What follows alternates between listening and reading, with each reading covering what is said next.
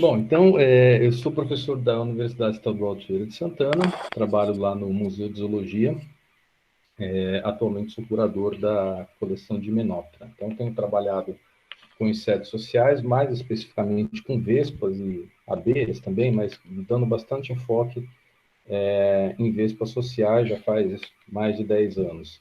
Eu basicamente sou sistemata, né, de vespa, apesar de agora estar começando algumas outras coisas aí, mas ligado a algumas partes de fisiologia, de ataque de vespa, de veneno, de química, tem muita coisa acontecendo, mesmo em época de pandemia, e vamos ver o que vai dar tudo isso. Mas basicamente sou um sistemata de vespas sociais, certo?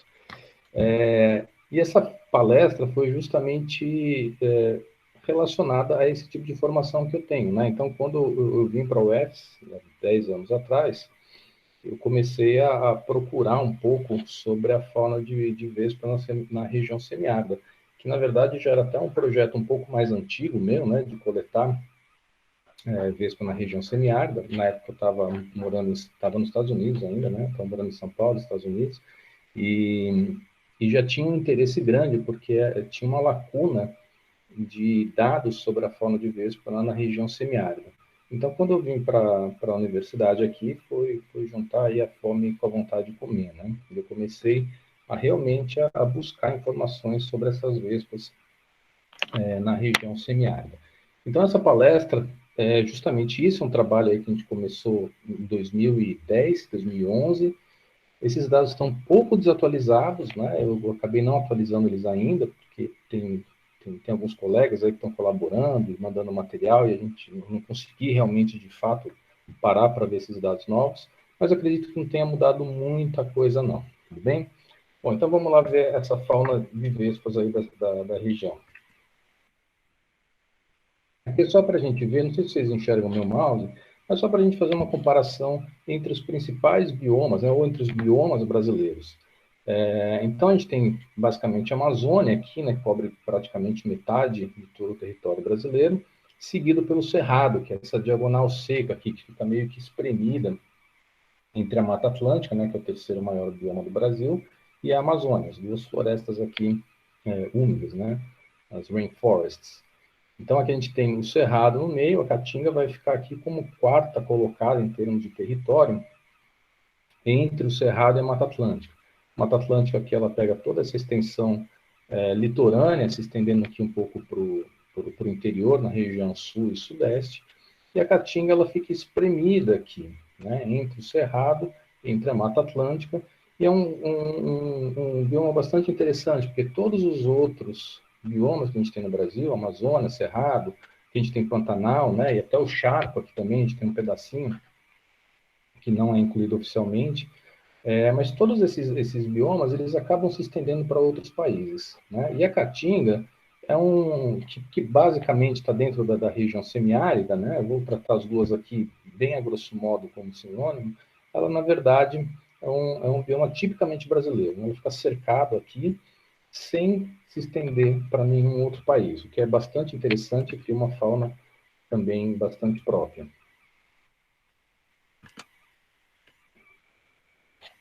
Ixi, não estou conseguindo passar aqui.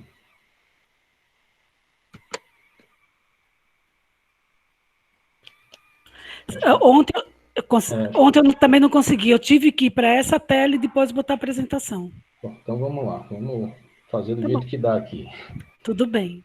Então vamos lá, aqui região semiárida, né? Então, como falei, eu vou tratar aí bem a grosso modo como Caatinga também, mas enfim, é uma região que compreende aproximadamente 90% de toda a região Nordeste, está praticamente em todos os estados do Nordeste. Tem algumas discussões aqui sobre sua distribuição, mas enfim, até no Maranhão aqui tem um pedacinho, né, que é o estado que menos possui aí áreas de Caatinga, né? E se estendendo aqui até o norte de Minas Gerais aqui também, tá? Então, mas a Caatinga basicamente está dentro dos estados aqui do Nordeste, né? Então, é uma região mais seca aqui do Brasil, tem só 700 milímetros de chuva anuais e algumas regiões com períodos bastante longos assim, de escassez, vários meses, né? Um tempo atrás chegava até alguns anos. Aqui alguns dados sobre pessoas. Então, a gente tem 26 milhões de pessoas vivendo, né, na Caatinga, vivendo aqui no semiárido, sendo 62% em áreas urbanas. Lembrando que áreas urbanas, mas segundo aí alguns dados, basicamente nas capitais, né, tem um grande número de pessoas vivendo nas capitais do Nordeste, e as capitais do Nordeste, a maioria delas, né, estão em regiões litorâneas. Então tem um grande número de pessoas vivendo aqui na região litorânea, que na verdade tem alguns casos aqui, tem essa transição Caatinga-Mata Atlântica. E aqui alguns dados, né, bem discrepantes assim, do nosso país. Então, 59% dos brasileiros, né, em situação de pobreza estão na região Nordeste e boa parte dessas pessoas na região rural. Vou agora conseguir passar. Bom, então a Caatinga, né, vamos caracterizar ela aqui um pouco, também bem a grosso modo, né, não sou nenhum botânico, mas enfim, é um bioma muito interessante, porque tem a primeira visão que a gente tem são dessas árvores bastante secas, né? Então, um solo bastante pedregoso, as árvores bastante secas, sem folhas, um ambiente até meio cinza, meio branco, da onde deriva, inclusive, o nome Caatinga. Então, a palavra de origem tupi, que na verdade significa floresta branca. A gente tem aproximadamente 13 diferentes fisionomias, né, que são chamadas de caatinga, mas também são extremamente variáveis dentro desse domínio aí do semiárido. Uma coisa interessante, que é bastante impressionante, é quando você tem as primeiras gotas de chuva no período mais chuvoso, ou mesmo fora do período chuvoso, né, essa caatinga ela fica verde, né? Na maioria dos casos ela fica bastante verde em pouquíssimo tempo. Né? Eu particularmente fiquei bastante impressionado com isso, nunca tinha presenciado, e quando eu estava, se não me engano, no Auá, ali naquela região, eu presenciei esse tipo de situação. Então é uma coisa muito bonita de se ver, e ela muda essa fisionomia, né? Ela sai dessa característica extremamente seca, árida, para algo bastante verde e bonito de se ver. Então, aqui só mais alguma foto, né, caracterizando essa caatinga aqui que a gente tem, essa caatinga bastante característica. Por outro lado, a gente tem aí também dentro do domínio, né, do semiárido, regiões como a Chapada Diamantina, que são completamente diferentes, são regiões de serra, já bem mais verdes, tem uma quantidade de água bem maior. Bom, a Caatinga é uma coisa bastante complexa, né? Porque é um ambiente extremamente esquecido no Brasil, né? A gente dá muita ênfase aí para floresta atlântica, floresta amazônica e tal, e a gente não tem muito cuidado com a Caatinga. E é um ambiente que tem sido devastado muito rapidamente, né? Em alguns dados é até muito mais rápido que Mata Atlântica e que a própria Amazônia. Realmente ela não está na mídia. A gente pensar qualquer devastação aí que tem na Amazônia já é uma repercussão internacional, né? E em outros ambientes não. A Caatinga, por exemplo, eu nunca vi esse tipo de situação. Mas enfim, a Caatinga hoje sofre com um desmatamento muito grande. Eu até costumo dizer que em época de São João, não agora nessa época de Covid, né, bastante fácil a gente ver esse desmatamento que acontece aqui na Caatinga, quando as pessoas estão vendendo aí as fogueiras na rua, né? E você olha a madeira, não é uma madeira de reflorestamento, certamente não é. Então é bastante comum a gente ver isso, né, a olhos vistos aí. Então, um ambiente que sofre muitos incêndios. Hoje a gente tem uma expansão sobre criação animal, né, gado, búfalo, em algumas regiões, etc., parte agrícola. Então, a gente está tendo uma sobrecarga animal muito grande, também pisoteio do solo, etc., né, e, obviamente, manejo inadequado. Bom, aqui as vespas sociais, eu estou usando ela como um exemplo, mas se a gente for comparar até com outros grupos de animais, a gente vai ver que é mais ou menos similar. Então, as vespas sociais da Caatinga, ela é pouquíssimo estudada. E os dados são extremamente esparsos, né? São poucos dados, e na verdade, quando a gente encontra esse dado, muitas vezes são dados incompletos, são dados de coletas muito antigas, ou material que, infelizmente, a gente nem consegue caracterizar, consegue definir de fato. Bom, então, desculpe. Então, voltando aqui para as vespas, né, que é meu objeto de estudo, eu trabalho basicamente com os vespídeos, né, essa família aqui, que foi subdividida já em 82, né, em 6 subfamílias, então Parigine, Massarine, eumenine, stenogastrine, polistine e vespine. São as seis subfamílias. E aqui a gente consegue ver bastante claramente essa transição entre grupos solitários para grupos sociais. Então, a maioria das pessoas leigas entendem que abelhas, vespas, formigas fazem ninho, fazem enxames, né, chamado de casa de vespa, casa de marimbondo, etc. Mas, na verdade, é um grupo muito pequeno de espécies que realmente são sociais, espécies que realmente fazem esses ninhos e tudo mais.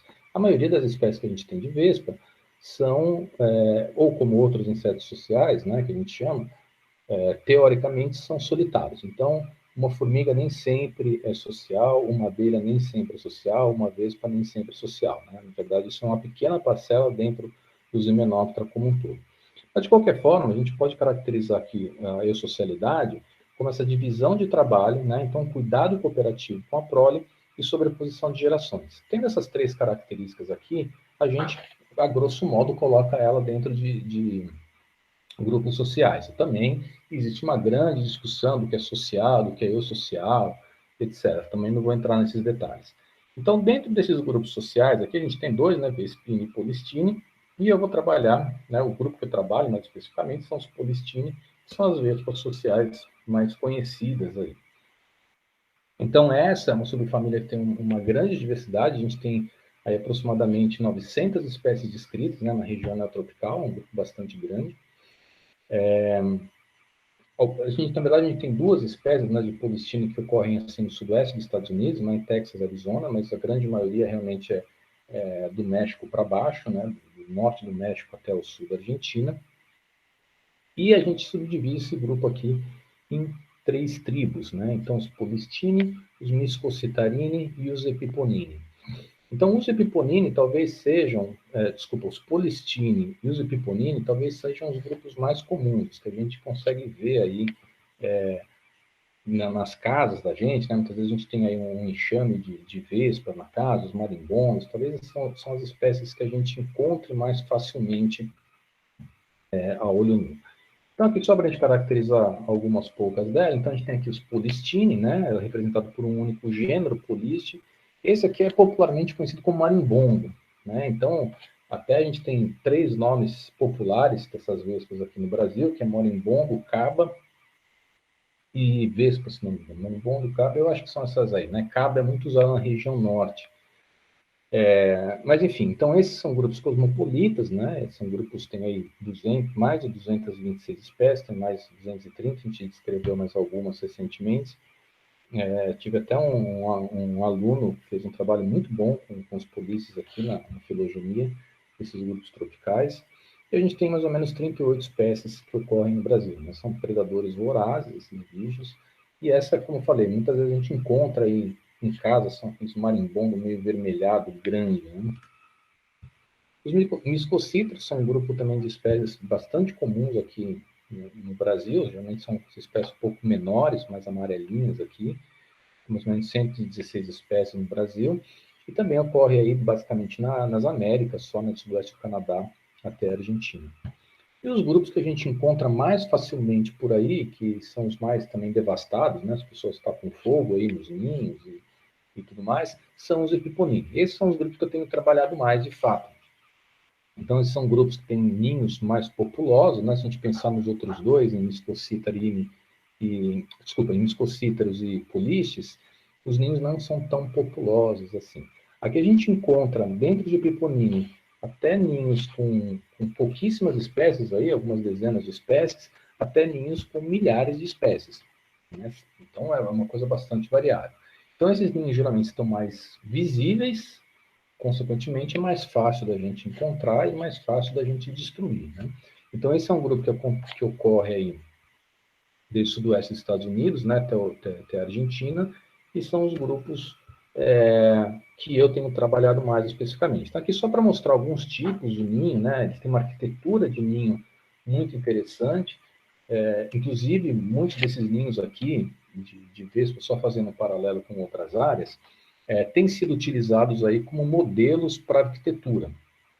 Então, a arquitetura, hoje, de uma forma geral, tem utilizado esses modelos, né, da natureza fazer construções. Então tem um prédio muito famoso, se não me engano, na Índia, que foi inspirado aí em cupinzeiro, e tem algumas coisas surgindo aí também, utilizando essa arquitetura de ninho de vespa, de abelha, etc., né? O que eu acho bastante interessante. Então aqui a gente vê alguns ninhos, né, bem populosos, bem grandes, como ninhos bem pequenos. Então esses aqui de Leipomelis, por exemplo, é um grupo que fica embaixo de folhas, né? Então ele até camufla aqui um pouco as folhas, são ninhos menores. Aqui é um ninho de Angiopolíbia, né, que também é chamado popularmente na região norte ali de teta de vaca e tal, também vai ficar embaixo de folha de árvore. Aqui é um grupo que eu acho muito interessante também, que ele não tem envelope, só ressaltando, voltando um pouquinho aqui rapidamente, esses grupos aqui, se a gente analisar os ninhos, eles não têm um invólucro, né? São ninhos mais abertos. E aqui, em Epiponine, a gente tem essas duas modalidades, né? Então, ninho com envelope, com essa cobertura, e ninho sem envelope, ninho aberto. Então, esse grupo aqui, a porca, é um dos grupos mais basais, é um grupo que é um grupo noturno, é o único grupo noturno que a gente tem, e tem esse ninho aqui em forma de chapéu, a gente chama de vespa chapéu também, conhecido ali na região norte, no Amazonas, etc. Então, é um grupo bem bonito de se ver assim embaixo, esse ninho, com todas essas vespas aqui posicionadas durante o dia, né? Então, um grupo noturno. Então, a gente vai ter um outro gênero, que é a Angiopolíbia, que aí tem espécies que fazem esse ninho com envelope e ninho sem envelope, depois todos os restantes acabam tendo esse invólucro. Bom, então, nessa minha busca, dando essas características gerais aqui, né, de Caatinga e das vespas, eu comecei a tentar organizar um pouco essas coisas, né? Então, quando eu cheguei aqui na UF, tinha um material coletado já, então o professor Fred tinha bastante coleta feita, e como acontece em várias coleções, não tinha um especialista, o material fica ali para ser triado por outros profissionais. Então, quando eu cheguei aqui, eu peguei vários desse material que já era proveniente de coletas lá do professor Fred, da equipe dele, né, do LACIS, que tinha coletado em várias regiões aqui pelo projeto PPBio, que era o Programa de Pesquisa em Biodiversidade da Caatinga. Então, eu peguei uma carona, né, nesse projeto aí, comecei a analisar um pouco esse material. Então, aqui só algumas regiões que foram coletadas, né? Então, Embajara, no Ceará, Ares, na Paraíba, lugares aqui na Bahia também. Então, alguns desses pontos, né? Eu tinha outros pontos de coleta também que eu acabei analisando, que é só para mostrar alguns. E eu comecei a separar um pouco tudo isso, né? Então, a metodologia que eu utilizei foi justamente de organizar esse material, então pegar esse material que tinha sido coletado no PPBio, não consegui pegar todos, né, na verdade. Na época eu também fiz várias visitas a coleções, né, no Brasil, então na USP em São Paulo, fui basicamente na USP em São Paulo, na USP em Ribeirão Preto, e tudo mais, na Unesp também, né, onde eu tinha os mais contatos e onde pessoas continuam trabalhando com isso, né, Unesp Rio Claro também. Fiz uma vasta pesquisa bibliográfica para ver se eu desenterrava, achava as coisas, e o que me ajudou muito foi a colaboração de colegas também, né? Então tem muito dado que está em coleção, muito material que está em coleção que não foi publicado, ninguém mexeu com isso. Então eu pedia para os colegas, né, que estavam indo para buscar em suas coleções material que tinha sido coletado na Caatinga, e quando eles estivessem fazendo visitas a outras coleções, também buscassem esse material para mim. Então, essa parte aqui de colaboração de colegas foi fundamental. Com muitas coleções no exterior, que eu não teria acesso, né, acabou sendo verificada dessa forma, né? Então, colegas estavam indo, eu pedia sempre para dar uma olhada. Então, a coleção era mais ou menos, né, por não ter um especialista, comecei a organizar ela. Então, quando eu comecei a organizar, eu comecei meio que jogar assim nas gavetas, separando de forma bem grosseira, né, esse material, que é mais ou menos o que está aqui.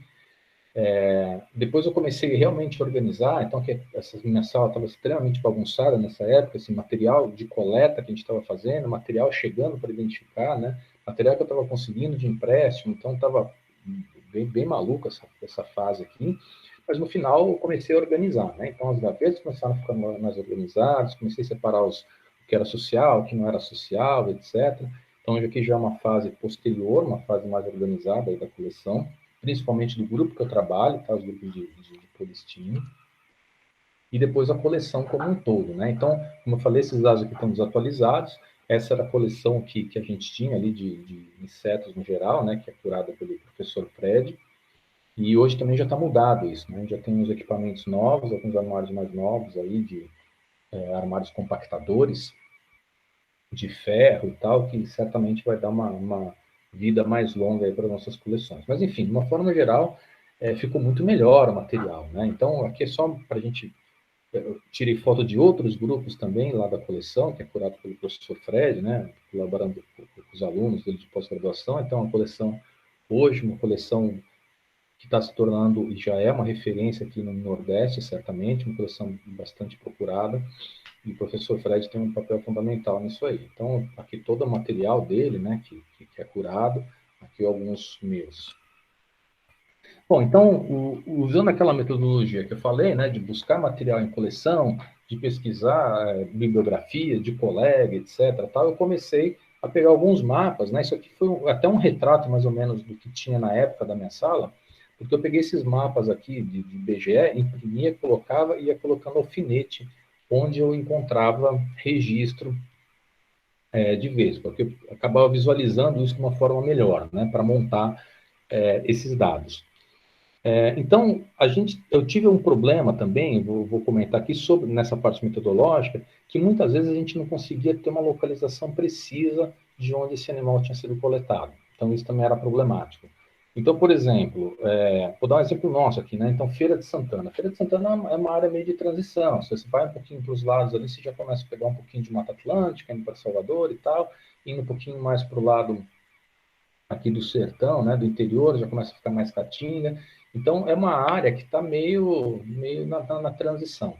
Então, a gente ficava pensando, eu fiquei pensando, bom, isso aqui estava na Mata Atlântica, estava na Caatinga, onde que estava isso? Né? Então, como eu não conseguia definir, eu acabei colocando isso como Caatinga. Então, a gente pode aí também ter algum erro metodológico por falta de informação mais precisa nessas etiquetas, tá?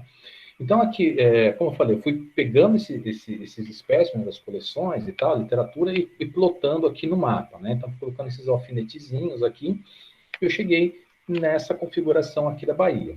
A Bahia é um dos estados mais amostrados para vespas sociais, justamente porque já tinha até na UFES aqui um grupo trabalhando com vespa, um grupo muito, muito bom, inclusive, que já tinha coletado, né, publicado e coletado muito material. Então, aqui para a Bahia, a gente tem um registro de mais ou menos 71 espécies. Então, é um número bastante significativo para a região semiárida, uma região teoricamente seca ali, né, que a gente pensa que não tem diversidade. Essa parte aqui já é mais cerrado, tá? Então, eu coloquei aqui, mas já não é tão caatinga. E essa partezinha aqui, que é essa área meio transição entre Mata Atlântica e Caatinga. Mas, de qualquer forma, a gente tem para a Bahia registrado 71 espécies dessas vespas sociais. É um número bastante legal, bastante expressivo. Opa, desculpa. Então, subindo aqui, né, usando essa metodologia de colocar alfinete, né, que eu falei, vamos para Alagoas, vou pular aqui Sergipe por enquanto. Então, Alagoas foi um dos estados problemáticos, porque a gente não conseguia ter muita ideia de localidade, né, dados bastante dispersos, e eu encontrei apenas 2 registros para vespa social. Então, no estado de Alagoas inteiro, a gente só tem 2 registros aí.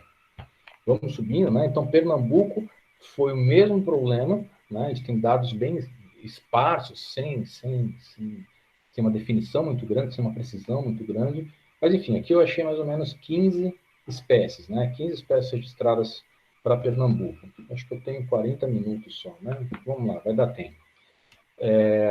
Então, subindo aqui de novo, então, Paraíba, Pernambuco, então, Paraíba, aqui a gente tem 9 espécies registradas, só 9 espécies registradas. Rio Grande do Norte, 7 espécies registradas. Aqui no Ceará, a gente já tem um número um pouquinho maior, né? Então, no Ceará já tinha tido uma pesquisa de 100 anos atrás, coletando vespa, e aí teve algumas coletas também no PPBio. Então, a gente tem 4 localidades, já dados um pouco melhores, né? Um pouco mais preciso, e no Ceará a gente já encontrou 20 espécies, né? Bem diferente de Alagoas, que só tem 2. Então, aqui no Ceará a gente já tem 20 espécies registradas. Ressaltando que nunca foram feitas coletas nesses estados de uma forma sistemática, né? Exceto na Bahia, nunca foram feitas coletas assim, mensal, ou bimestral, alguma coisa desse tipo. Sempre coletas esparsas, tá bom? O outro aqui, Piauí. Então, Piauí também a gente tem um número relativamente bom, então 15 espécies descritas, justamente porque a gente tem duas localidades aqui que foram coletadas também durante o PPBio, são coletas mais recentes. Então, aqui 15. Então, Ceará e Piauí foram coletas mais recentes. Aí, Pernambuco também, vinculado ao projeto PPBio, tá? Então, tem um número um pouquinho maior de coletas mais recentes de material que eu havia triado. E aí a gente entra em aqui alguns desses dados aí para a gente ter uma visão geral do que acontece. Então, no total de espécies, como eu falei, os dados aqui estão poucos atualizados, tá? Então, pode ser que cresça, mas de uma forma geral a gente tem o quê? 85 espécies registradas, 85 espécies de vespas registradas para a região semiárida, tá? Então, é um número bem legal. A gente tem aí mais ou menos 50 espécies de Epiponina, dividindo por tribo, né? 18 espécies de Miscocetarine e 17 espécies de polistine.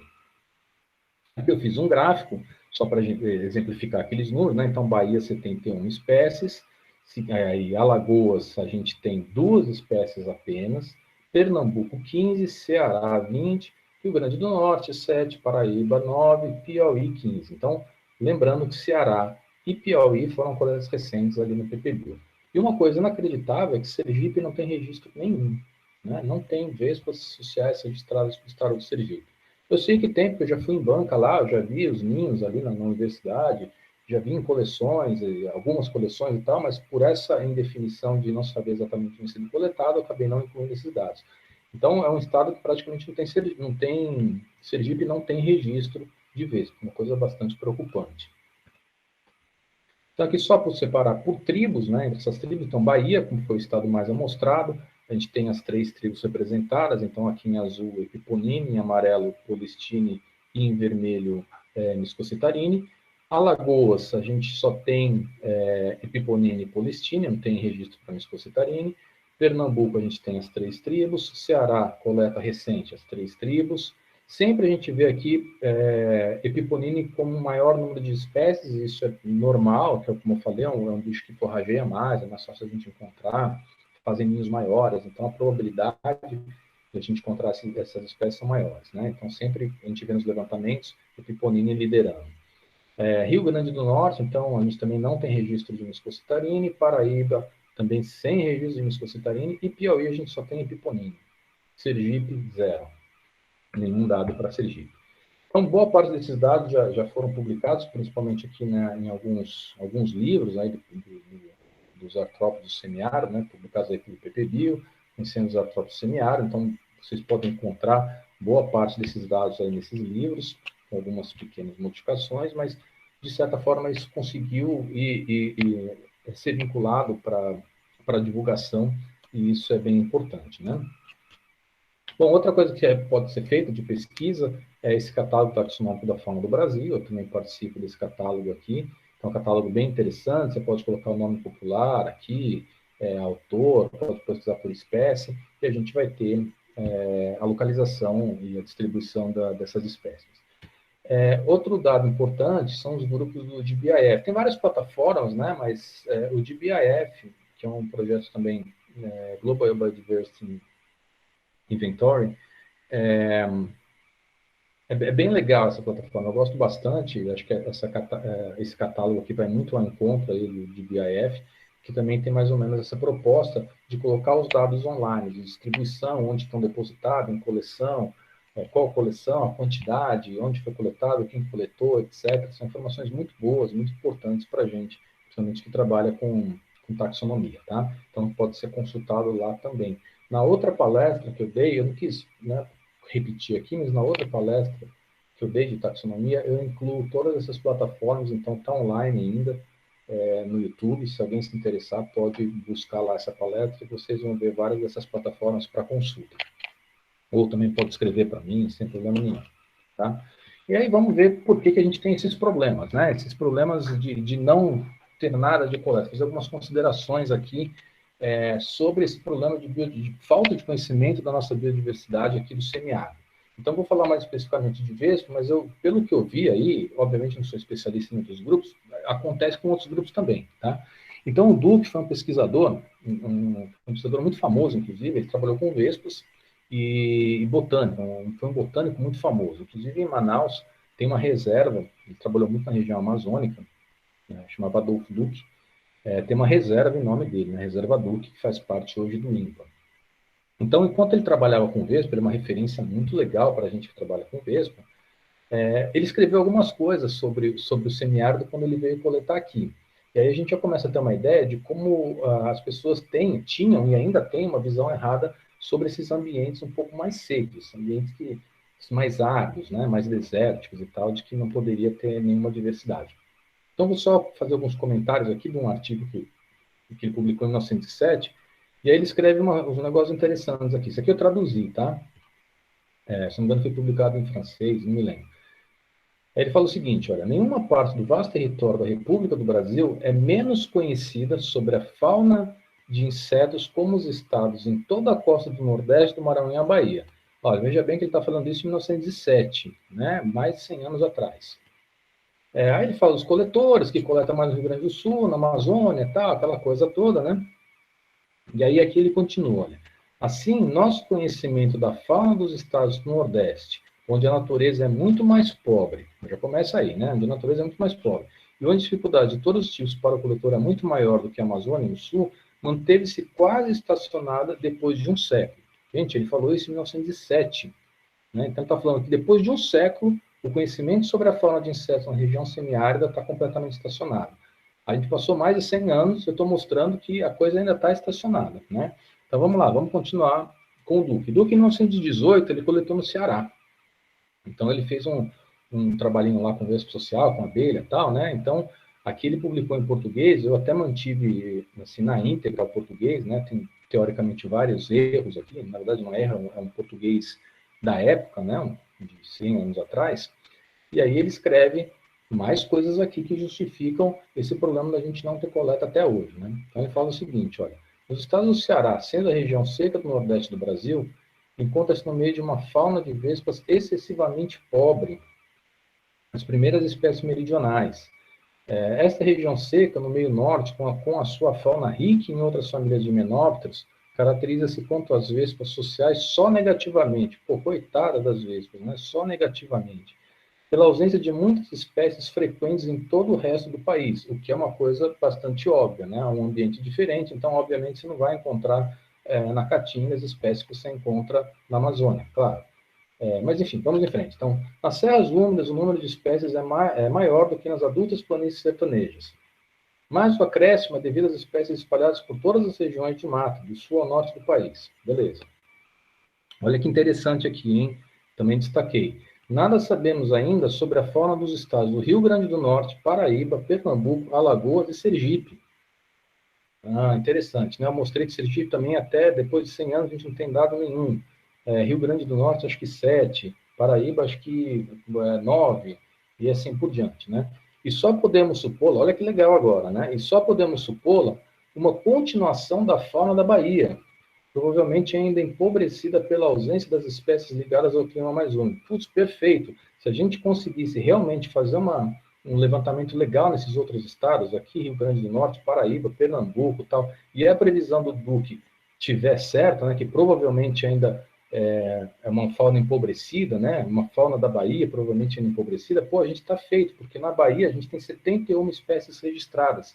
Se isso continuar nos outros estados, pô, a gente vai ter uma diversidade muito grande, vai ter uma riqueza de vespas muito grande, né? Mas o que eu quero destacar é o seguinte, tanto nesse artigo de 1907, quanto nesse artigo de 1918, o Duque aqui ele caracteriza a falta de dados que existe nessa região, os insetos de uma forma geral. E eu estou mostrando aqui, baseado só nesse exemplo de vespa, que realmente, depois de 100 anos, a gente continua na mesma situação. Então, Sergipe aqui, nada de dado ainda coletado. Alagoas, duas espécies ainda, né? E assim por diante. Então, assim, depois de 100 anos, a gente realmente ainda está estacionado quanto ao conhecimento de fauna na região semiárida do Brasil, uma coisa que realmente precisa mudar. E aí eu vou continuar aqui com alguns dados, né? Acho que já passou meu tempo, está um pouquinho em cima, mas vamos lá, vou correr aqui. Não, Sérgio, fique à vontade. Tá, mas já estou terminando. Beleza, mas 5 minutinhos, vamos lá, depois a gente vai para a discussão. Então vamos lá. O Brandão, né, um pesquisador lá do Museu de Zoologia de São Paulo, ele fez um levantamento grande em 2000, né, faz 20 anos esse artigo, mas Olha, realmente, pelo que eu vi, ainda está bastante atual, né? Então, região Nordeste, né? Tem o menor número de pesquisadores e instituições que possuem coleções, né? Falta de conhecimento, falta de coleta, falta de pessoas querendo ir para o campo coletar. Aqui, importantíssimo, a região mais afetada por ações antrópicas e mais pobremente amostrada. Pô, a gente está vendo aqui uma devastação imensa da caatinga, uma coisa bastante notória, a gente consegue ver a olhos vistos, não quero nem falar das feiras, então, que a gente vai ir, ver um monte de fauna nativa sendo vendida e tal, e realmente a gente não está mostrando nada, ainda mais agora com essa crise toda, né, e mais Covid, vai ser mais difícil. Talvez agora até com o Covid a fauna volte a crescer pela, né, diminuição da ação antrópica. Mas, enfim, a gente tem ainda uma fauna pobremente amostrada, uma das faunas menos amostradas que a gente tem tá aqui na Caatinga.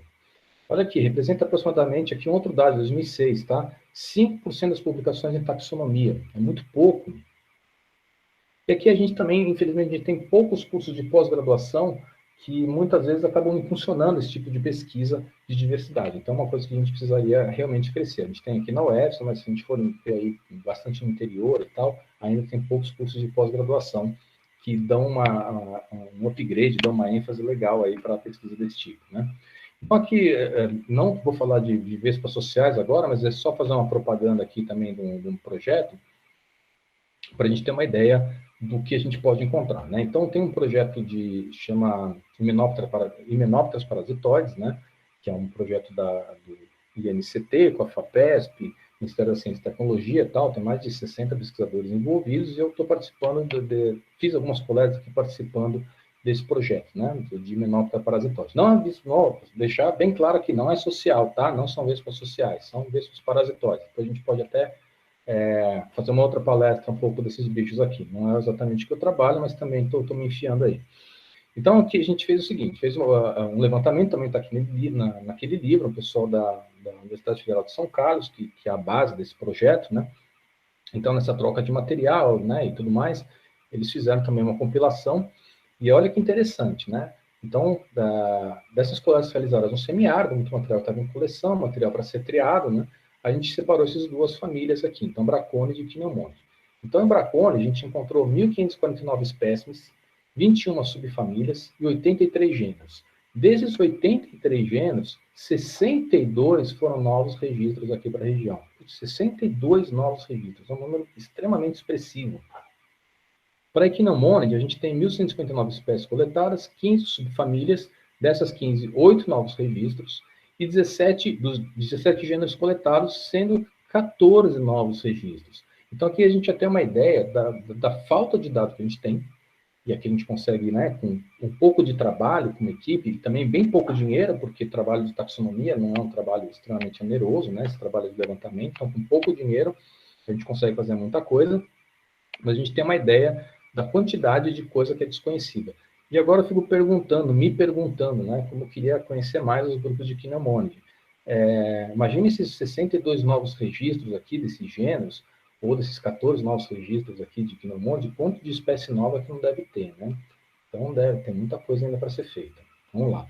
Então, aqui só para finalizar, essa é a equipe né, do meu laboratório, uma equipe bastante grande, aqui a gente estava coletando há 2 anos atrás na Serra da Jiboia, justamente com parte desse projeto aí de Hymenoptera parasitoide, e aí eu tenho aqui 2 alunos, eu aqui e aqui o Gui, então é uma equipe bastante grande, formada aí por 3 pessoas, agora só 2, né? O número está caindo, as pessoas não têm muito interesse, né, nessas coleções, enfim, o número de vespólogos aqui tem sido cada vez mais reduzido. E aqui eu queria agradecer a todo mundo, já terminando a palestra, né, as financiadoras aqui, CAPES, PPBio, CNPq, FAPESP, lá de São Paulo, o American Museum de Nova York, também um grande colaborador faz tempo aqui, também forneceu muitos dados, né, de outras coleções, e foi bastante importante para fazer essa compilação. E é isso aí, gente, muito obrigado. Agora eu vou deixar aqui aberto para perguntas, sei lá o que vocês precisarem aí.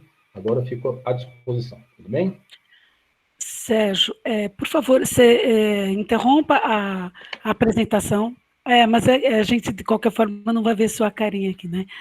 Então, infelizmente eu não consegui ainda resolver esse problema da câmera, até peço desculpas de novo, mas, enfim, né, tá demorando para chegar as coisas aqui novas. Não, Sérgio, eu quero te dar os parabéns pela palestra, muito interessante. E assim, eu tenho alguns questionamentos, algumas coisas que passaram pela minha cabeça, né, Vamos lá. durante a exposição. Eu acho muito triste isso que acontece, né? Esses dados que você mostrou, tipo, duas espécies no estado inteiro, outra não tem registro nenhum. Isso claramente mostra a falta de pesquisadores trabalhando com um grupo que, falando em termos de importância eu odeio essa palavra, né? Mas em termos assim de visibilidade, por exemplo, quando a gente fala de abelha, né, que é da mesma ordem, pô, abelha, polinização, flor, desaparecimento, vai acabar a comida se acabar a abelha. Então tem esse apelo, né? Com relação às vespas, já não as vespas sociais, né, que mais você trabalha, tal, mesmo as solitárias. Meu Deus, como tem vespa no nosso país, a gente tropeça nas vespas o tempo todo, né? Os ninhos, na minha casa tem ninho aberto, ninho de barro, né? Nós convivemos com as vespas, né? Então é triste esse quadro que a gente vê, dessa falta de pesquisadores interessados no grupo, porque é um grupo que é muito importante. Outra coisa, Sérgio, que eu acho muito legal é o seguinte: existe agora uma tendência a estudar animais urbanos, quer dizer, esses animais que conseguem sair do seu ambiente natural e viver num ambiente antropizado. E as vespas são excelentes para isso, né? Elas são perfeitas, porque as vespas convivem com a gente no ambiente urbano. Então, vespas urbanas, não sei se você já pensou nisso, Sérgio, mas eu acho fantástico. Eu tenho agora um projeto Abelhas Urbanas, e o que você encontra de espécies nativas, espécies solitárias de abelhas vivendo no ambiente antropizado, e eu acho que deve acontecer a mesma coisa com as vespas, né? E eu acho que essa é a ideia que eu gosto muito desses animais urbanos, né, que conseguem se dar bem em ambientes urbanos, acaba coincidindo com essa fase que a gente está de falta de verba também, né? Que eu acho que está na moda esse tipo de estudos, eu vejo muito isso com abelhas, e acaba sendo uma saída para a gente, né? Com a falta de verba para transporte, para as viagens de campo, que isso é um problema que a gente enfrenta, né? E eu queria comentar isso. Quero, tá? Então, Outra coisinha, só para terminar as minhas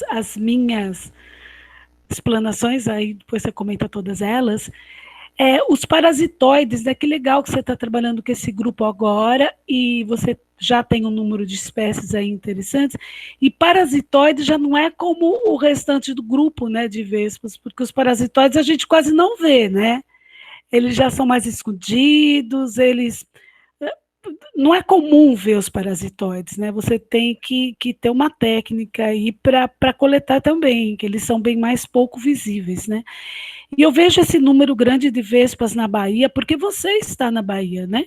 São poucos especialistas em vespas, e a Bahia tem essa diversidade registrada, né, por sua causa, né, Sérgio? Eu acho que isso é muito importante, a gente tem que valorizar o trabalho dos taxonomistas, dos sistematas, de quem vai lá atrás de fazer esse levantamento para conhecer a nossa fauna, né? então, Miriam, Pronto. é bem legal todos esses comentários, né? Até estou vendo aqui a Patrícia Rebouças, uma das vespas gigantes que estão na mídia, né? É engraçado porque as vespas, no geral, elas só vão para a mídia de forma negativa, né? Quando É, ataca alguém, quando mata outro e tal, né? Ou os ninhos grandes e tudo mais. Mas assim, tem tido uma certa mudança nesse paradigma, uma certa procura por outras coisas. Então, o que tem se visto recentemente, inclusive aqui tem algumas pessoas na UFRB, aqui perto, que estão justamente buscando essas vespas sociais, né, os grupos de sineca, principalmente, que são predadoras, para colocar na lavoura. Né? Então, como elas são predadoras de lagarta, elas acabam tão aí fazendo bastante coisa, pesquisando, para que elas possam ser aí alguns controladores naturais, né, dessas, digamos, pragas aí na agricultura. Tem um pessoal na Exalc, em São Paulo, que também já fez até uma empresa aí de colocando algumas abelhas em caixinhas, abelhas, não, desculpa, vespas, né, em caixinhas e mandando para produtores, né, de café, de soja, tal, que também tem tido um certo controle. Recentemente até entraram em contato comigo um pessoal de Rio Claro, da Unesp de Rio Claro, que é um pessoal pesquisando veneno, toxina, tal, né, das vespas e ataques em animais, em pessoas, e, enfim, essa parte de sistemática acaba, de certa forma, auxiliando, em alguns casos, aí para elucidar a composição dessas toxinas, né? Então, entrar em contato comigo é uma coisa muito nova ainda, não sei de nada disso. A parte química também tem sido bastante explorada, principalmente essa comunicação química que ocorre entre esses bichos, né? Como que eles localizam a presa, como eles voltam para o ninho. Então, também tem umas coisas interessantes aí nesse meio. Tinha até um pesquisador que estava na UFERJ, aqui em Mossoró, e agora ele acabou indo para a USP em São Paulo. Bom, Vespa em ambiente urbano tem algumas coisas feitas, mas assim, é muito incipiente ainda, né? Eu acho que precisaria ter eu acho que inseto no geral, né? Deveria ter uma educação maior sobre a importância e tudo mais, né? E é uma coisa que infelizmente a gente ainda não tem. Espero que mude isso uma hora, né, que aconteça alguma coisa. Eu acho até legal estou achando bastante bacana essas lives aí, porque de certa forma a gente consegue chegar em mais pessoas, né? E talvez divulgar um pouco mais isso. Mas tem muita coisa para ser feita, né? O que falta, talvez, é um interesse maior por essa pesquisa básica, né? A gente até comentou no simpósio lá de taxonomia. E também eu acho que está na hora da gente sistemática também, começar a se abrir um pouco, e um pouco para essas áreas mais aplicadas, né, que talvez sejam um pouco mais atrativas aí, então fazer essas parcerias, colaborações, saber um pouco dessa parte química, um pouco da parte de veneno, enfim, tem coisa para ser feita, tem bastante, né? Eu espero que tenham pessoas que se interessem por isso e não deixem a coisa acabar, né? Sim, tem uma pergunta aqui, Sérgio, de. Obrigado. Deixa eu ver aqui, Michele Costa. Michele Costa. Gostaria de saber se tem lugares mais prováveis de achar as vespas. Esse semestre, o professor passou um trabalho de MIP, que temos que coletar alguns insetos para a caixa, né? Abelhas a gente acha mais colmeias do que vespas. Então, isso é uma coisa. O microfone está aberto? Tá. Então, isso é uma coisa que a gente realmente precisa. É uma coisa que até bato na tecla de uns alunos que já fizeram minha disciplina de coleções zoológicas, né? É uma coisa que a gente sempre precisa se preocupar muito. Então, acho que ir para o campo por ir e sair catando qualquer coisa, eu acho que a gente já passou um pouco dessa fase. A gente precisa ter um estudo maior. Então, o que você quer coletar? Eu quero coletar, vamos dizer, vespa social. Então, vai para o livro, vê o ambiente que ela vive, né, quais espécies que vivem. Então, algumas vão viver embaixo de folhas, né, vão fazer ninhos embaixo de folhas, outras vão ter ninhos mais expostos, outros vão ter ninhos geralmente em pedras, outras em tronco de árvore. Então, isso é uma pesquisa que a gente tem que fazer antes de ir para o campo, né? Quais são os hábitos desses bichos? Então, são noturnos, são diurnos, são polinizadores, são polinizadores, quais plantas eles têm que ir, né? Então, previamente, eu sugiro que você faça uma pesquisinha desse tipo. Então, quero coletar. Tudo bem que são coletas mais gerais, né? Então, muitas vezes a gente bate rede ali no ambiente, né? E pega o que vier, e tá, beleza. Então, isso também é uma técnica, né? Eu não utilizo mais, mas tinha muitas essas técnicas aí de pegar qualquer coisa. Mas eu acho que você tem que pensar um pouco nisso, Michel, ver exatamente que material que você quer, o que está faltando para a tua caixa ali de inseto, né? Está faltando abelha, está faltando formiga, está faltando, sei lá, besouro, e aí você dá uma olhadinha ali na literatura, tem literatura fácil por aí para encontrar, alguns livros bem didáticos, inclusive, em português, que aí você pode ter uma ideia aí do material que você pode encontrar. Então, no semiárido também, né? Isso é um pouco mais difícil de encontrar informação, mas também você pode ver, né, quais espécies tem no semiárido e tal. Até quando for identificar, a gente tem que prestar atenção nisso, né, na distribuição. Às vezes a gente erra na chave ali, é bastante comum a gente errar, porque é difícil identificar material, e aí a gente acaba em algum grupo que, sei lá, ocorre no Canadá, né? Então vai ser muito improvável encontrar aqui no semiárido. A gente volta para achar a identificação, vê de novo. Então minha sugestão é essa, vai na literatura, dá uma olhadinha, procura saber sobre os hábitos dessas espécies que você está procurando, e aí vai para o campo com mais segurança. Você vai perder menos tempo e as chances de você encontrar vão ser muito maiores. Sérgio, tem aqui uma pergunta de Patrícia. Está me ouvindo? Estou ouvindo. Sim. E as vespas gigantes que estão na mídia, né? Muitas pessoas me mandam reportagens sobre o ataque dessas vespas. Qual a sua opinião sobre esse tipo de divulgação? Abelhas assassinas, vespas assassinas. Eu acho que, assim, vamos lá. Eu acho que é que eu falo, eu sou extremamente liberal para as coisas. Acho que as pessoas têm o direito de fazer o que elas acharem melhor, a mídia também, né? Então pode falar bem, pode falar mal, e cabe a gente filtrar isso, né? Então talvez eu acho que o que falte para a gente é conhecimento. O que acontece é isso, é sempre de uma forma pejorativa. Isso é legal? Eu acho que nesse caso, não, né? Porque está matando muita gente. Então, tudo bem, tem a sua abordagem midiática aí e tal, mas também que eu falo, tem que mostrar o outro lado, qual é o lado bom deles, né? Então, eu acho que, assim, minha opinião, eu não tenho muita opinião, acho que cada um divulga o que quiser, da forma que quiser, e aí a gente filtra isso. Acho que é a mesma coisa que artigo científico, né? Tem muito artigo ruim publicado, e aí a gente cita ele descendo a lenha ou cita falando bem. Eu acho que é mais ou menos por aí. O que eu acho sempre, em qualquer coisa, em qualquer situação, é que a gente sempre tem que ver os dois lados da mesma moeda. Então, por um lado é negativa, vamos ver o lado bom agora também.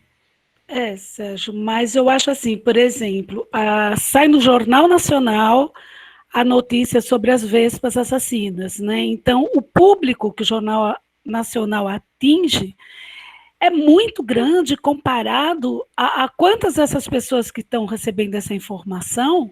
A gente está tendo isso agora, né, com a pandemia e tudo, né? Quantas dessas pessoas vão atrás de saber o que realmente acontece? Outra coisa que eu vejo assim, por exemplo, em caso de abelhas, passa o filme B-Movie.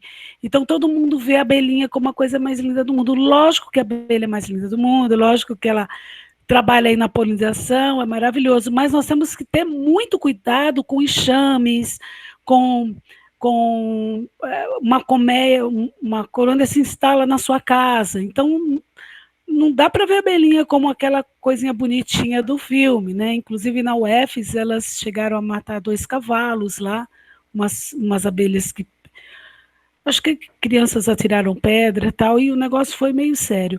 Então, assim, como passa, né? Quantas pessoas assistiram o B-Movie, mas quantas pessoas vão se informar realmente se aquilo que está passando naquele filminho, Vida de Inseto, pá, são informações verdadeiras, né? Então, até essa pessoa ir para a universidade ou decidir obter informação mais correta, ela já fica um tempão com essas informações erradas na cabeça, né? Eu acho que isso é um pouco sério, né? Então, eu acho que a mídia teria que vai passar informação das abelhas assassinas, vespas assassinas, mas elas também teriam que informar o outro lado, um pouquinho da biologia, um pouquinho de por que elas têm esse comportamento, por que elas estão com esse comportamento agora, uma mudança no clima, não sei. Eu fico um pouco preocupada, porque o veículo é diferente, né? O veículo da mídia que passa essas informações atinge muita gente. E muita gente que não vai depois obter a informação correta. Isso é um problema de base, né? Assim, É, definir as coisas, é sério. ter um critério, ter uma visão realmente crítica sobre tudo isso é muito difícil. A gente só vai obter isso, sei lá, daqui 100 anos, não sei como é que vai ser, né? Então, acho que engloba muita coisa, né? Nossa educação de base, que não é lá muito bem, né? Então, é complicado. É Complicado. complicado Mas eu acho porque que a mídia entende isso, né? A mídia, quer dizer, não toda a mídia, mas tem muita essa coisa do sensacionalismo, é uma coisa que, né, isso, mesmo cientificamente já foi mostrado que fascina as pessoas. Então, é o que vende. Mas eu Sim, acho que é isso, se as pessoas, né, buscarem informações, e hoje a gente tem muitas e muitas formas de buscar informação, se a pessoa se interessar mais, eu acho que ela pode esclarecer melhor, né? Mas, enfim, isso aí é um papo longo.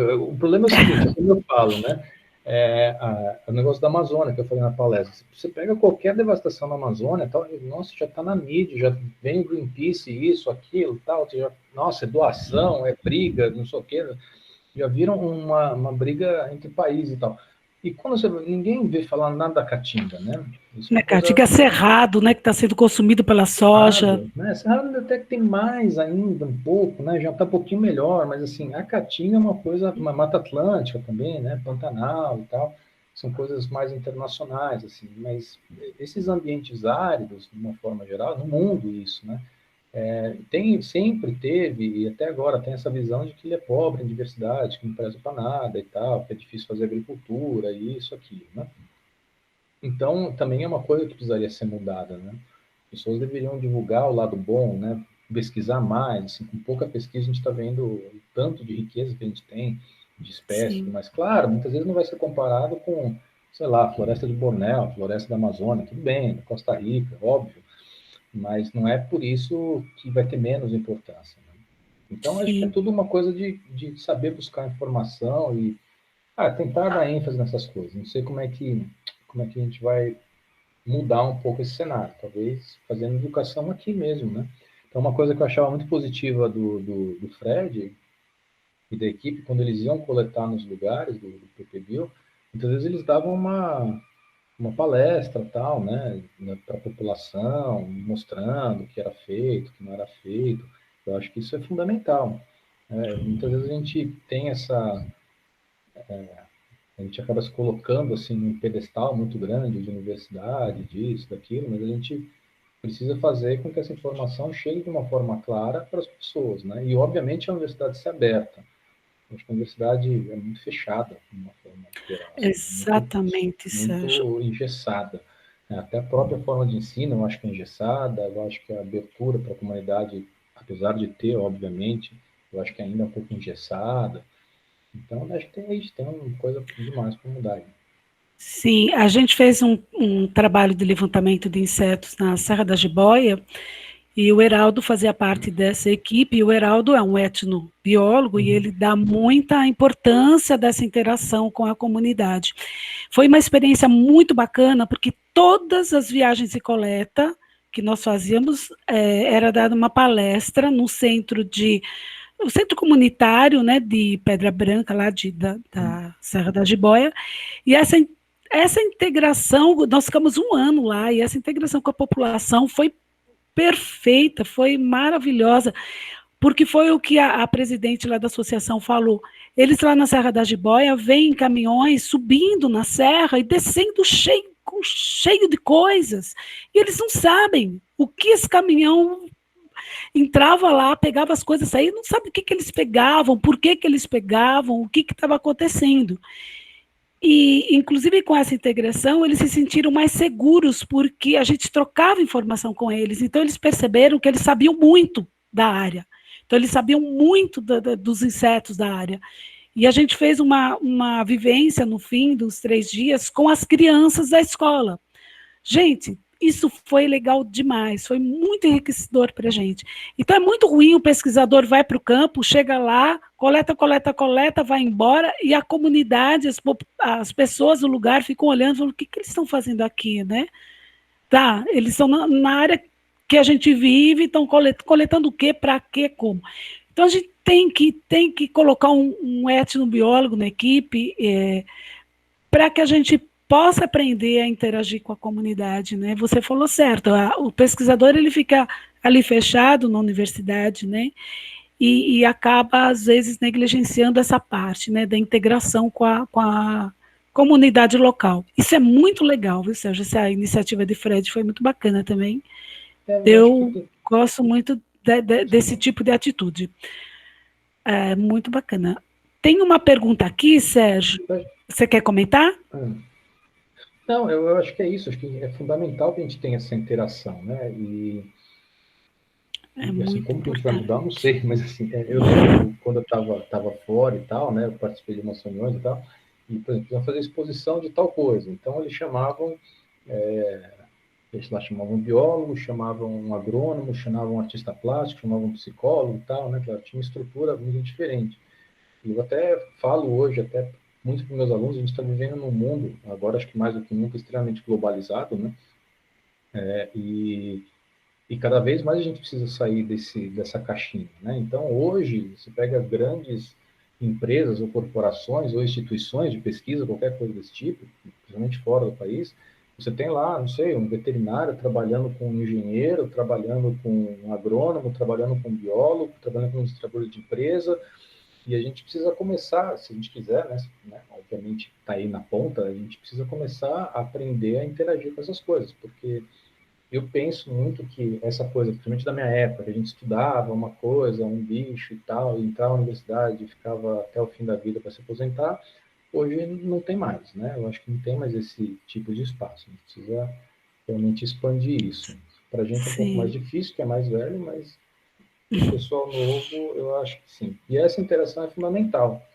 Né? Então, mesmo, sei lá, quando eu ia coletar na Amazônia, você fala assim, olha, estou procurando manjo políbia pálida, pô, o cara acha que ia te dar um tiro lá, porque, né? Então a gente tem que falar a linguagem do cara, ó, você vê uns ninhos de cabo por aí, a gente está procurando isso, aquilo, tudo bem, como é que você está, quer um café e tal, então, isso é fundamental, é, senão realmente complica, né, acho que o Heraldo faz um trabalho bacana nisso, né, de deixar a sim. coisa mais acessível. Todos os etnobiólogos, né, que eu sou fã. Tem uma pergunta aqui, Eduardo Alves e Souza, diz, oi Sérgio, sou aqui de Mossoró, do Rio Grande do Norte, né, e queria saber se os registros que você citou para o Rio Grande do Norte são de material desta região. Eduardo, vou ser bem sincero, não sei de dizer hora de cabeça, tá? Porque boa parte assim, desse meu material está na universidade e a gente está fora da universidade. Eu posso conferir isso e te mandar depois, você entra em contato comigo, não tem problema. Como eu falei, a gente ocorrem alguns erros, pode estar ocorrendo alguns erros metodológicos de estar pegando informação de etiqueta que não é precisa. Então, pode acontecer esse tipo de coisa.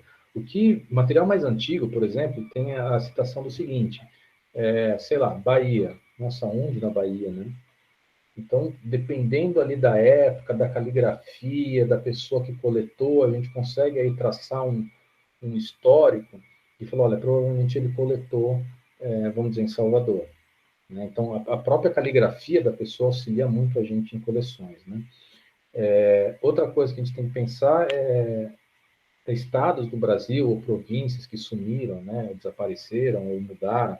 Então, no caso, muitas vezes a gente encontra Guanabara, no estado da Guanabara, estado da Guanabara, Rio de Janeiro, Mato Grosso, né? Então, em Mato Grosso hoje tem Mato Grosso, Mato Grosso do Sul, mas na verdade a localização que está citada na etiqueta pertence ao Mato Grosso do Sul hoje, mas sei lá, Mato Grosso. Então, a gente tem que tomar um certo cuidado.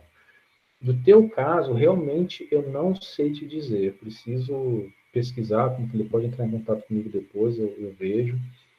Quem trabalhava em Mossoró, não sei se é da UFESA, um grande amigo meu foi o Michael Rincher, que era um austríaco, trabalhava muito com essa parte de comunicação. Trabalhava com abelha, essa coisa de, né, localização de ninho, fazer trilha de cheiro e tal, uma pessoa extremamente competente, sou super fã dele. Você deve ter tido contato aí, se você foi da UFESA. Mas, enfim, pode entrar em contato comigo depois que eu procuro essa informação. De cabeça, realmente, eu não vou saber te dizer. Liga teu microfone, Miriam. Desculpa aí, é que eu estava contando. Sérgio, você pode deixar o seu endereço de e-mail aqui para as Sim, pessoas entrarem em contato, aqui vou no deixar aqui no chat. chat, tá? Isso. Aí, quem quiser entrar em contato com você, que estiver trabalhando com vespas, né? Que seria muito legal as pessoas coletarem e entrar em contato com você e o material, né, ser identificado para que possa ter mais registros do Nordeste. Eu acho que isso é muito Sim. bacana. Não, sim, o que eu sempre peço é que, assim, às vezes não tenha muita pressa, né? Porque às vezes a pessoa manda, tipo, 200 exemplares, Ah, então a gente sim, está sim, terminando tese, né, eu dissertação, aí, sei. não, identifica para mim isso aqui, eu preciso para daqui 2 semanas. Ah, meu Deus, aí a gente fica meio maluco. Então, assim, né, mande com parcimônia, eu identifico, tenho o maior prazer em fazer isso, acho que aumenta a nossa coleção, aumenta o contato, eu acho ótimo.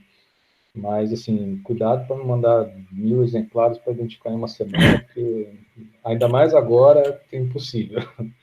E eu também, a gente sempre recomenda, o meu orientador, que era o professor Camargo, que ele era um sistemata Sim, bastante rigoroso, ele comentava assim, que os sistematas, eles ficam muito assim, vamos dizer, chateados quando eles recebem o material puro, liso, sem nada. Quer dizer, a pessoa que vai enviar o material sempre tenta separar em morfespécies, tenta chegar na subfamília. Isso também para o sistemata que vai receber o material, o taxonomista, ele recebe com outros olhos, né, Sérgio? Eu não sei, pelo menos o professor Camargo falava sempre isso para a gente. Nunca mandem o material puro, né? é. Então, eu acho que isso é bem bacana. Já faz um. Porque separar em morfespécie é uma coisa legal, né? Você vai separando por aparência, por características, tenta conseguir uma chave pelo menos para a família, subfamília, tribo. Eu acho que isso ajuda muito e é muito bacana, né? O taxonomista já recebeu um material que já mostra um interesse também de quem coletou, né? Eu acho que isso é bem legal. E por isso que muitas vezes eu peço um tempo maior, porque muitas pessoas não têm esse cuidado. Então, por exemplo, vamos dizer que tem 100 espécimes em linha, né? Então, você identifica número um. Aí, beleza, deixou lá, espécie A. Aí você vai identificando as outras, tá? Não sei o que, daqui a pouco chega na 50, é a mesma que a espécie um. Só que aí você já não lembra mais, você vou ter que correr a chave de novo. Será que é? Será que não? Então, se tiver todas uma do lado da outra, é muito mais Fica fácil ali mais. na hora, o trabalho fica mais rápido e tal, né? Então, muitas vezes eu demoro realmente por causa de, além de, né, de todas as outras coisas que a gente tem que dar conta. Mas, É. realmente, receber um material melhor triado e outra coisa, melhor montado, bem etiquetado, isso é Ah, fundamental, porque às vezes a fundamental. localidade você não sabe, a data você não sabe, e aí é importante, porque a data vai te dar pistas aí da parte ambiental, se foi verão, se foi inverno, então a gente sabe algumas espécies que são mais predominantes no verão, outras mais no inverno. Então, né, muita gente tem que pegar, remontar o espécime, principalmente com inseto, então, bota na câmera úmida, deixa 3, 4 dias lá, estica ele de novo. Então, não é um processo que dá para fazer rapidinho. E muitas espécies, obviamente, a gente não consegue identificar. Então, tem vários gêneros de vespa mesmo que eu trabalho, tal, que a gente não consegue. Miscocítricos é bem complicado. Políbia é um grupo bem desatualizado, né? Então, teve um colega que trabalhou com isso um tempo atrás, mas não publicou. Então, tem esses gaps, né? Essas lacunas aí que é difícil de solucionar. Eu tenho tentado publicar, faz tempo que eu não publico coisa desse tipo, mas publicar chaves com bastante foto, bem Hum, informativa. Então, isso também auxilia a pessoa no processo inicial. isso Mas é é muito um trabalho árduo. importante. A gente sabe, né? Meu primeiro estágio foi com sistemática, né? Com o professor Ubirajara Martins. Sim, ótimo. E ele é bastante famoso, né? Então ele É era incrível. rígido com relação à montagem do animal, que às vezes o pessoal fala, monta de qualquer jeito, espeta o alfinete. Eles mandam um material para o INPA, por exemplo, para ser identificado lá por algum especialista que trabalha com insetos, ele vai te mandar uma lista. Você não manda o material sem antes consultar. Ele vai te mandar uma lista. Está montado assim, as pernas estão assim, o alfinete está assim, assim. Se não, nem mande. Animal em álcool, nossa senhora, você quer matar um taxonomista de insetos do coração, é mandar material em álcool para identificar, né, Sérgio? É Então, assim, difícil. não existe isso, né? Não pode. Um taxonomista vai mandar devolver o material. Então, eu acho que esse primeiro ano de estágio meu foi bom por causa disso. Eu entendia a importância da sistemática, como é difícil. O grupo que eu trabalhava era descrições em latim, chave em alemão. Foi meu primeiro, gente. Eu era menininha de tudo lá. Então, assim, é muito importante esse trabalho do Sistemata, sabe? Só quem passa por isso que consegue realmente valorizar, porque não é fácil, não, né, Sérgio? Então, eu mesmo, eu valorizo demais o Sistemata, os taxonomistas, porque a gente não publica nada se não tiver identificação da espécie, né, a descrição correta, tudo. Então, é isso, eu acho muito bacana esse trabalho do Systematics, muito bom mesmo. O Eduardo até mandou aqui uma mensagem falando do laboratório do MIR, e pode mandar, assim, converse com ele lá, não tem problema nenhum, posso identificar o material sim. Não sei de dizer, como eu falei, se foi de Mossoró, mas me interessa, os dados sim me interessam. Eu estou um pouco parado com essas coisas, até tem um aluno, foi um aluno meu lá do INPA, que está trabalhando mais ativamente com isso também, posso te passar o contato com ele, uma pessoa bem bacana, bem acessível também. Então tem muita coisa para ser feita, só mandar e-mail aí que a gente... Às vezes eu demoro um pouco para responder, porque vem tipo 200 e-mails assim, eu preciso triar, preciso fazer, né? Mas eu respondo sim, e sem problema nenhum, ótimo. Grande Mir, gosto muito dele. Que legal. Que legal, e o Sérgio já colocou aí o seu e-mail, né? Para quem quiser entrar em contato. Alguém quer fazer algum comentário, gente? Alguma pergunta, alguma coisa? Alguma pergunta? Aqui no chat eu não estou vendo mais, assim, mais perguntas, né? Então, se não tem mais perguntas, eu vou aqui dar só um aviso para a palestra de hoje à tarde, tá? Maçozoologia na Bahia, História e Perspectivas, com o professor Dr. Theo Veiga. Aqui está o link para entrar na palestra dele, né? E, mais uma vez aqui, agradecer ao professor Sérgio pela excelente palestra. Eu acho assim que é pouco, né? A gente quer mais, mas a gente tem tempo. Mas foi muito bom, Sérgio. Eu gostei muito e imagino que todo mundo que participou também gostou. Então, eu agradeço ao professor Sérgio e também a todos os participantes aqui. Tá? Agradeço todo mundo, Miriam, Caio também, que Caio está aqui. Tá, né, participando de toda essa organização maluca, que não deve ter sido fácil, né? Essa nova fase de se adaptar a toda essa tecnologia. Tudo novo, né, mais antigo, né? Não vou nem falar mais velho, acho que é mais antigo, mais difícil. Eu ainda uso um despertador de corda, então tenho uma ideia de que é a minha vida. Então, muito obrigado, Caio, muito obrigado, Miriam, todos que participaram aí. Estou à disposição, ou online, atualmente, ou presencialmente na UFSC, espero que a gente volte logo, e vamos voltar, certamente. E fico à disposição, qualquer coisa estamos aí. Tá bom, muito obrigada, Tá? Sérgio. Obrigado, E agora a boa gente... tarde para todos aí. E espero ver todo mundo aí na palestra da tarde, tá? Então, agora, gente, eu vou parar a gravação e vou tirar as pessoas. Eu acho isso tão triste, gente, mas infelizmente é necessário. Eu tenho que tirar as pessoas para poder fechar a sala, tá bom? Então, tchau para todos vocês. Então, até a tarde. Muito obrigado.